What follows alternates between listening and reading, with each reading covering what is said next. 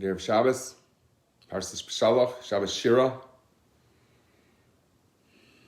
I've written a lot about Shira this week. Song, two types of songs. The song that we are motivated to sing, to express ourselves, share. And the inspired song, Good day of Shabbos, that animates you, that you don't have to have any effort anymore. Life is not a struggle. Wouldn't that be nice? Welcome, Ted.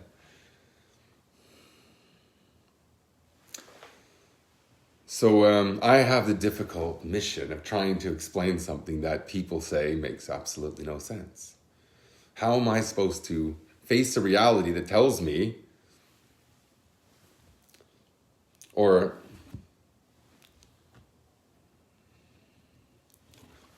the consideration, the notion that we're in a time that there is no need for a struggle? Welcome, Tracy. There is no need for a struggle. We are told, yet people struggle. Probably worse now than you can remember, unless you're over 50. You know better than me. I'm not quite 50 yet, but we're counting the days.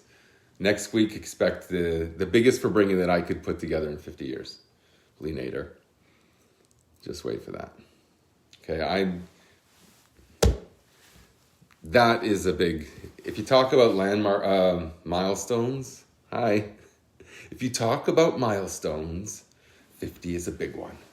Nun Sharabina, Moshe wanted to make it there. So, of course, the 50th year represents the same idea as what we're talking about, being animated and inspired on your own. Thank you. I have to say l'chaim when people do that. That's the law around here. The laws of the land. I think I'm going to say a few poems just to chill out with you for a bit, and or preface that or follow it with... Actually, I have the verse here beautifully quoted. I'm not going to try and pronounce this right. It says, "V'shafat ben hagoyim v'yichiach la'amim rabim." He shall judge among the nations and arbitrate for the many peoples. V'kitzu charvoisam le'itim. And they will beat their swords into plowshares. V'chani saiseham lemazmeres. And their spears into pruning hooks. What do you prune on spears? How come I don't know that? It sounds like you would put prunes on spears. Pruning hooks, you take the fruit off the tree with these hooks, I think. I never pruned anything before. Some people have to prune other people. So the Rebbe explains actually it's related to wine, which is, unlike bread, which is the plowshares are responsible for wheat and the basic foods that you need to eat. But spearing of prunes, their spears will be turned into pruning hooks so that you can get fruit which represents pleasure, not just having your needs met and satisfied, but experiencing pleasure. So the Baruch Merker pledge is that if you are healthy, you won't be free of pain only. Rather, you will experience pleasure just from breathing. Nothing unusual at all. You should be feeling pleasure. And it's a promise that if you take my 7-step course, that you'll be rocking and rolling all the way to say l'chaim.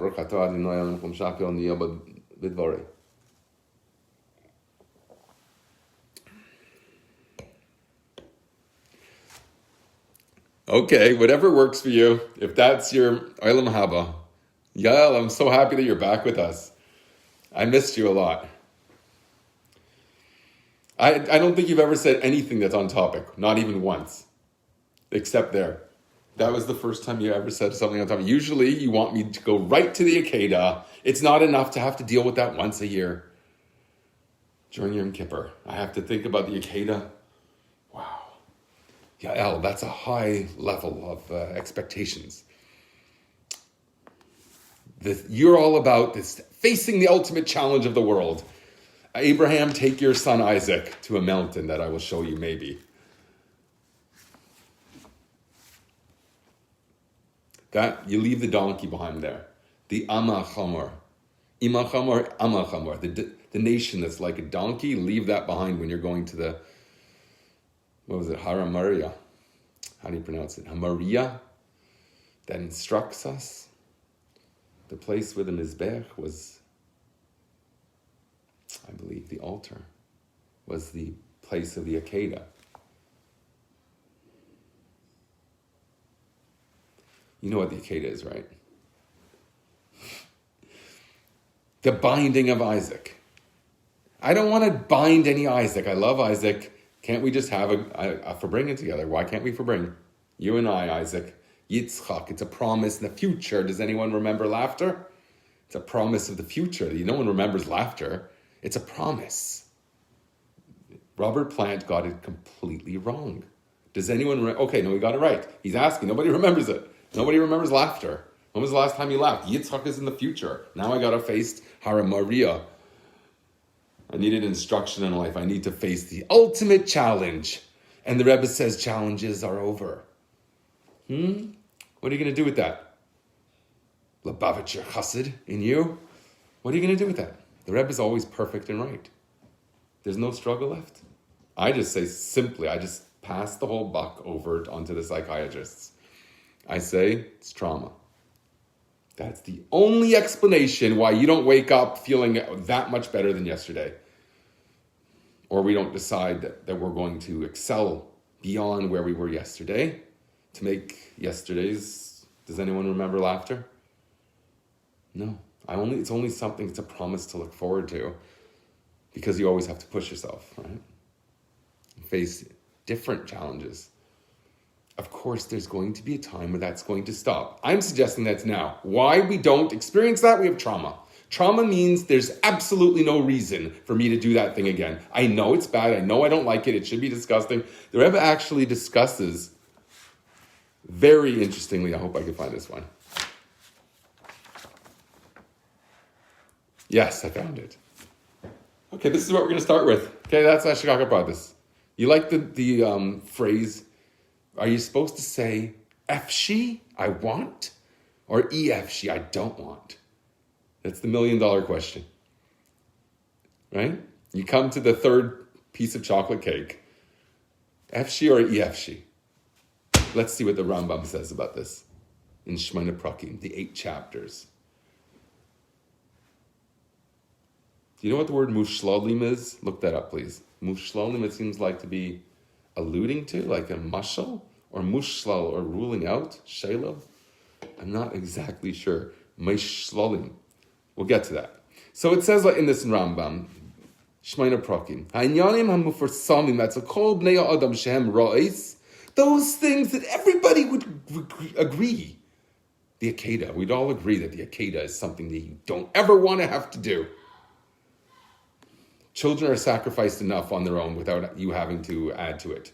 So it's something that you need a direct commandment from God. God forbid you should be severe with your children who need support and they have enough challenges. You give them love and you let them have a launch pad that feels stable and you do everything to support that for them and let them face the world because you're on their side. Anyways, some things are just undesirable to face. Everybody would agree. They're public knowledge. Remember, this is in Parshas Mishpatim, which we're okay with. Beshalach. Just look up my editorial. That's enough for Beshalach. You probably read it already. So I'm talking about Mishpatim. Mishpatim is all about things making sense. I always found it boring. It's my birthday, Parsha. But I always found it boring. I lamed it a few times, at least the beginning part of it. I think, or once maybe. You're confusing me, but you are on topic. Thank you. L'chaim kindalach. Oh, what was I saying about? I was saying about supporting your children. Just be there to help them along. It's enough competition. It's enough challenge and enough struggle. Yes, you're right. Okay, who am I to say? No, likatev. If they hadn't been written, that you shouldn't rob your brother blind when he's not looking. Things that everyone knows is bad. It's fitting, it's appropriate that somebody should have written this down. Somebody should have made those haikus.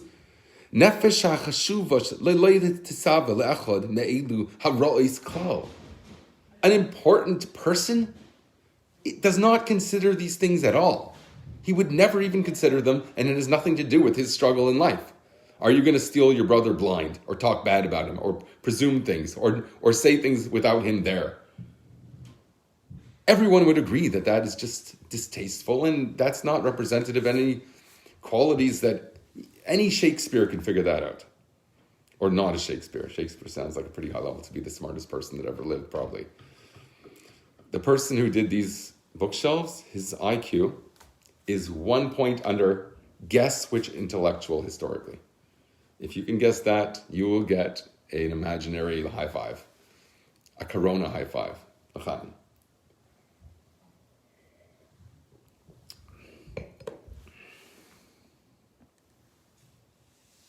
If you guys don't watch it, I'm going to start reading haikus. Newton, no. Good guess, but no. Newton, I think, is one of the Socrates is probably smarter than him. I don't know how they get the IQ of a guy that they never met. That's like diagnosing a guy that you did meet and not for like 3 years, get to know him really well before you tell him what. Or no, probably not 3 years. Probably like get to know someone, spend a good lunch with them. Spend a lunch with somebody. Before you have any opinions about them, spend lunch with them. Find out what he ate for breakfast. I don't mean breakfast. I mean what he did in the morning. What does he spend his time doing? Did he get up at 11:30 and play golf all day? And then we high-five the guy. Yes, you're the man. What? You just played golf all day. Why? There's another guy that's cleaning up after some old people that need help. And you're high-fiving the guy that just sunned his buns on the golf course? I find that embarrassing. I think it's good, so long as you celebrate the other guy that you're calling Nebuch, the guy that's... I know people that do very benevolent things for their parnasa, for their livelihood. And we high-five the other guy. When are you going on vacation? High-five. What? This other guy had to work. Why don't you high-five him? So I think, okay, yes, it's good. Always celebrate everything. So celebrate with that guy, but make sure that the other guy you celebrate that much more because it's infinitely greater. Obviously, one extreme to the other is obviously... I feel odd when I even say anything that's negative. I find that puts people off. So a nebach, someone who you say like, oh, that poor guy, I just don't want anything to do with him. That...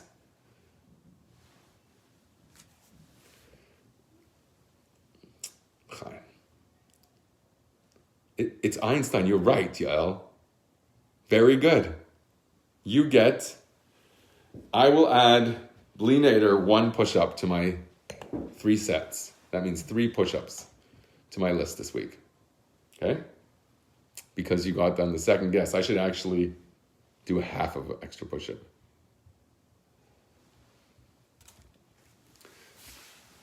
And that, to make it to scale. Okay, so I promised you this Rambam, Shemaina Prakim. But we're talking about what makes sense and what doesn't make sense. It makes sense not to talk about somebody else. Don't slander. Don't be a salamander, I call it. Haikus, they don't let you write ideas flat out. You're really supposed to just paint images. 2 images contrasting one to the other. So I sneak in content, teichen in Hebrew. Tachen, right? Techina. It rhymes with techina. I sneak it in by making code words. So if I want to talk about the image of a salamander, I don't even know what a salamander looks like. I'm just talking about someone posted a salamander. It was really cute. I wonder if people have pet salamanders. If you were a king, would you have a pet salamander? So to me, salamander means slander. The people, I don't care what their title is, makes absolutely no difference to me. Your title can have 100 rabbinical things on your wall. The moment you slander someone, you talk about someone when they're not there, not my rabbi, sorry. what it says in my Torah, it says, someone who's Maitzi Shemra, Ein Lam Chelik Leilam Haba. They have no portion in the world to come. And I don't believe anyone would want to do that to themselves. So it must be a trauma on it, to live through one after the other when people get so much intrigue. There's so much intrigue about other people's lives, people that they don't want to spend lunch with, but they'll talk about them. Give me a break. Have leaders. Everybody who is part of a community that has leaders that misrepresent their ideals, if they don't have a sign at some point, save our streets, shame on them. I'm just kidding. Okay, I'm not kidding, but I don't mean to give rebuke. I mean to reflect on this and see the truth in what I'm saying.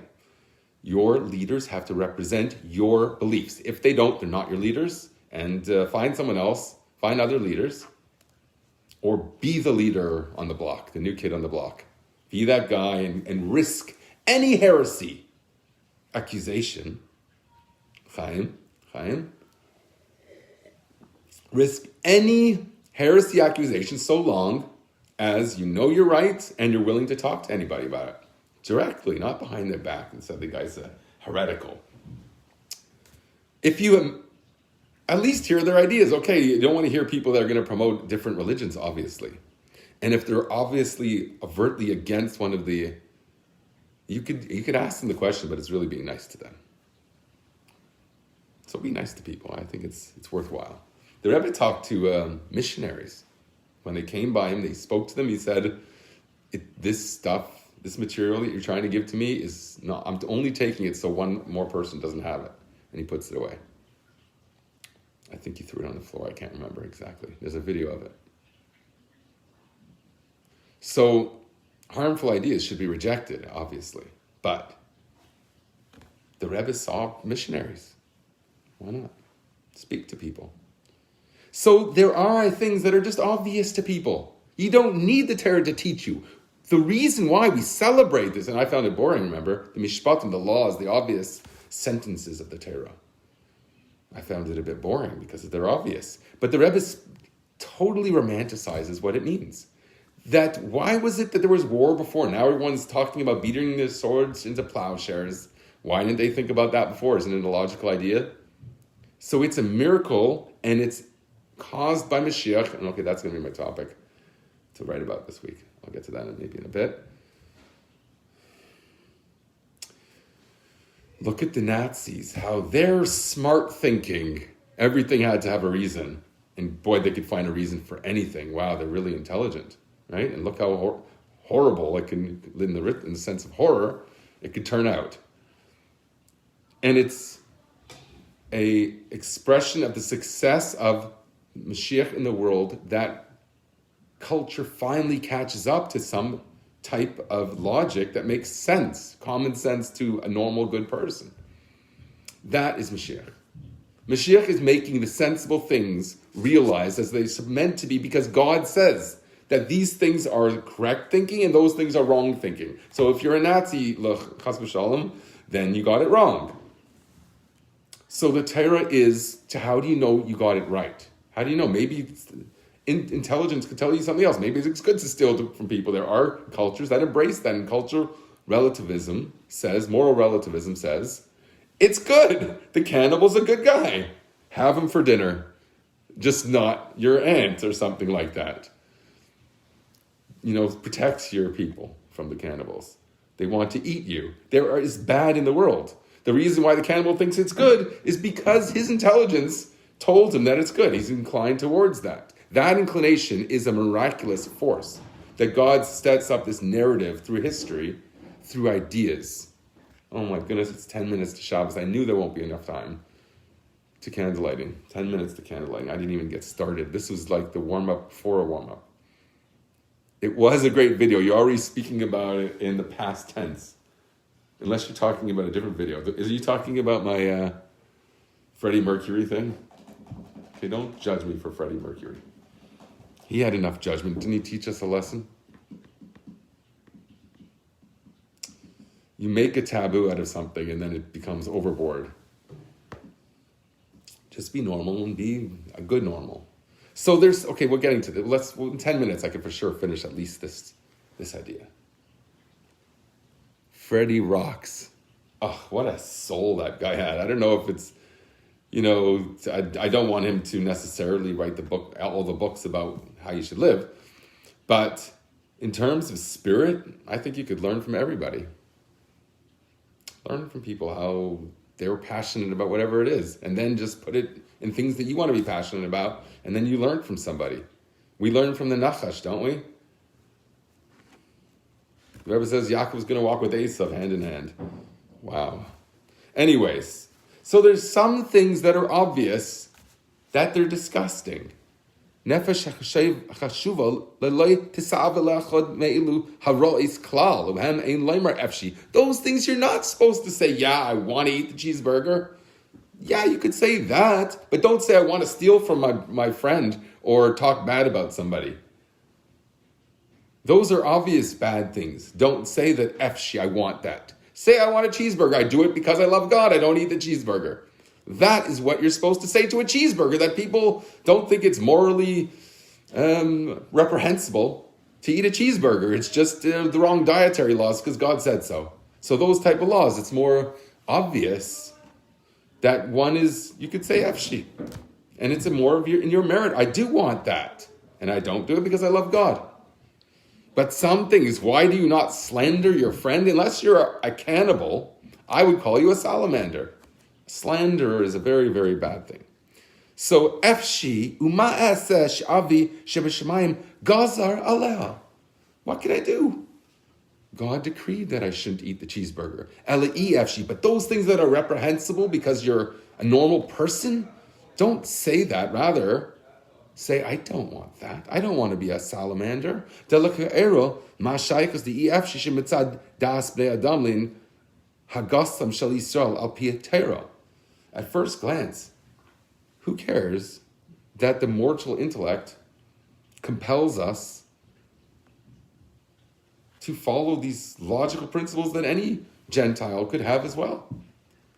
But rather, the Jewish people do it because it says in Torah.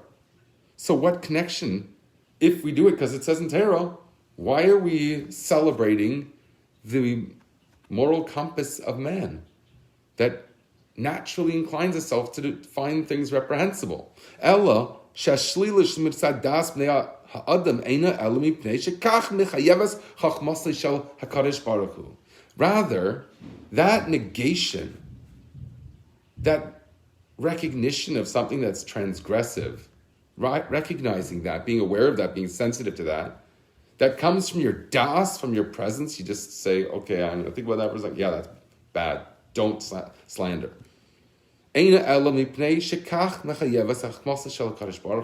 This logic itself is because God compels those things to be the correct thinking. God decided what's going to be right, and your mind has to come across that. That's part of your rectification of the world. Think right. Think like a healthy person, I call it. Okay, there it does mean shlila, means negation. I told you that word. I didn't know. Now I see from the context exactly what it means. Anyways, I had so much more. That was just actually a side point. The whole class, which was supposed to be for bringing, but you guys were quiet. Yael was the only one that knows who rocks. Freddie rocks. If you're going to pick your name, why pick the name? Oh, was his name always Freddie? His last name he changed. Mercury. This is a funny piece of Baruch Merker trivia. In grade 1, I was very nervous. They asked you what name you want to go with. If you have a nickname, you should say what it is. I probably was grade 3, but I'm probably embarrassed and I remember it differently now. That was in grade 1. And I said Mercury would be cool. Why? Not because of the planet or anything. I think there was a comic character or something like that. And I played a lot of D&D, which had also mythology ingrained within it, in the peripherals of it. Chaim, we have 5 minutes. Okay, maybe we could learn one. Okay, this is really cool. There's a few really cool things on here. Oh, but there's one thing I have to get to. If I have 5 minutes, I think I can do a little bit of it. Oh yes, the Radak. Not the duck. The Radak. Here it is.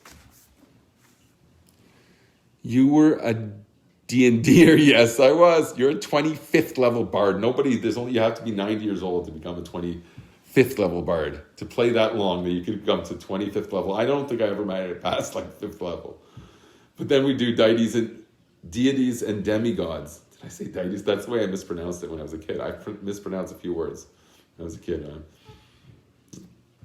I have that shame about my past. And my brother used to shame me about it. She is 300 and she's probably at least a half elf at that age. Or Yishai in half. Lahavdil. Do I have to say Lahavdil from an elf?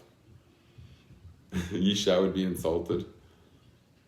What was the snake was what we would draw as the classic alien.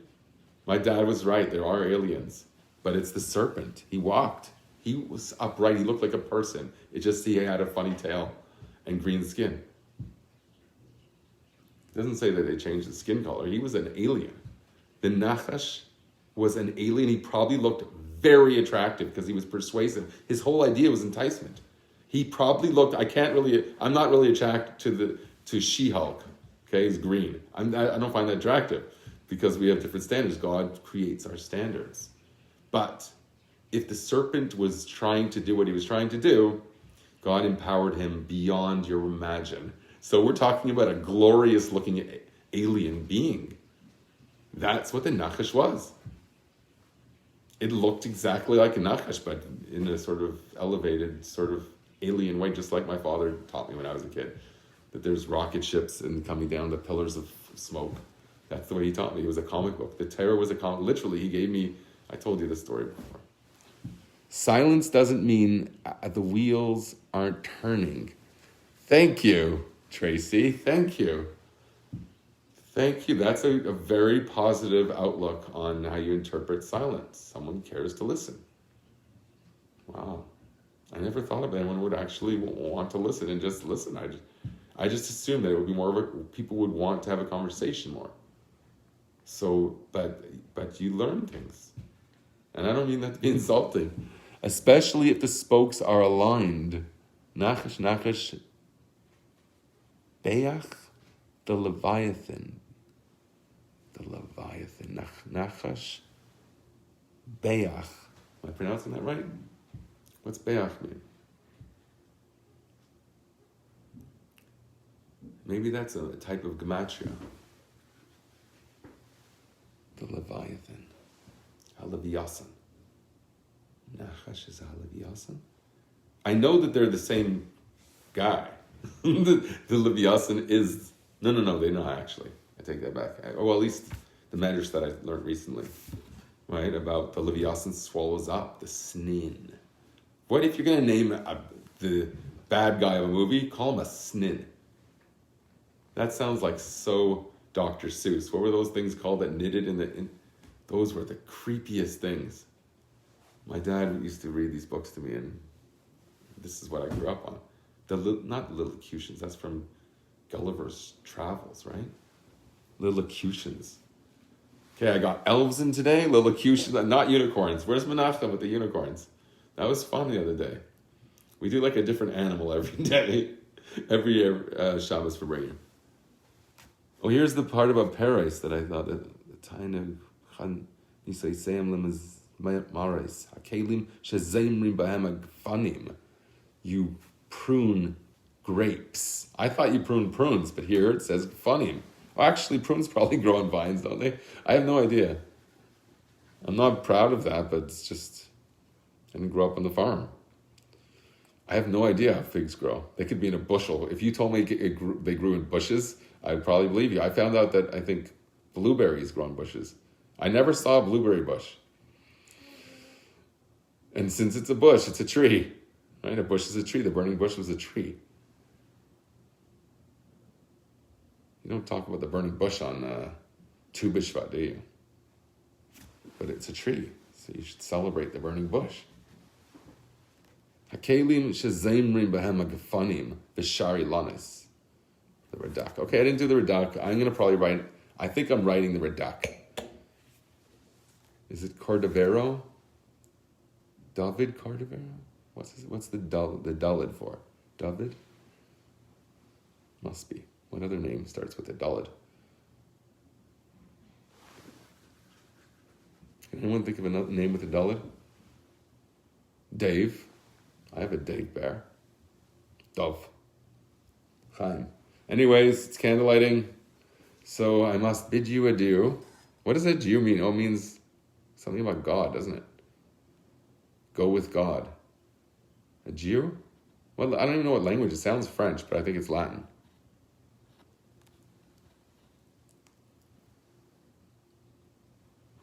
No, and now I'm revealing that I'm not a proper linguist. I only know, I don't know anything academic about languages. So, Chaim. Let's see if there's any leftover. Oh, there is. Good. You could do good things with. You have to be doing a mitzvah. If you're going to do a forbidden labor on the 18 minutes prior to Shabbos coming in, Sabbath. Shabbos, so it has to be a mitzvah. So if I keep saying l'chaim, that's probably a mitzvah. Saying l'chaim to people, I'm sure, is counted as one. It's probably a 613, the 613th is saying l'chaim. Oh, I have a really good thing also here about partners. Shutfim. It's a good translation of spouse. As a partner is actually, according to Torah. I was very surprised to learn this, but I'm convinced now. Partner is a good translation of spouse. Like spouse is an odd word. Would you have come up with that yourself? You think your children would know the word? It's a bit of a sophisticated word. So in Hebrew it's called a shutef, a partner. And sometimes you want to make a mechitza between the partner. And it's interesting. It's really interesting. The Rebbe relates it to the lands and why they're going to be divided to tribes, but everybody's included. Okay, there's lots of stuff we'll have to get to. If God blesses me with the time to say more than just l'chaim with you, but we should learn some good Torah together, because then will make my articles, which I'm back into, better. If you help me learn more stuff and help me focus on what's important and interesting to people. I like to know that, what's interesting to people. I find, okay, you know my whole philosophy. Chaim.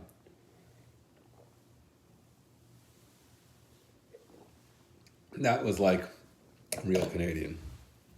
I look a bit like a walrus after that. Okay, so have a good Shabbos. I hope this was inspiring. Don't ask me to say what I just said because I forget. But it was something about prunes. I think it was all about prunes. Good Shabbos to you, everyone, and thanks for tuning in.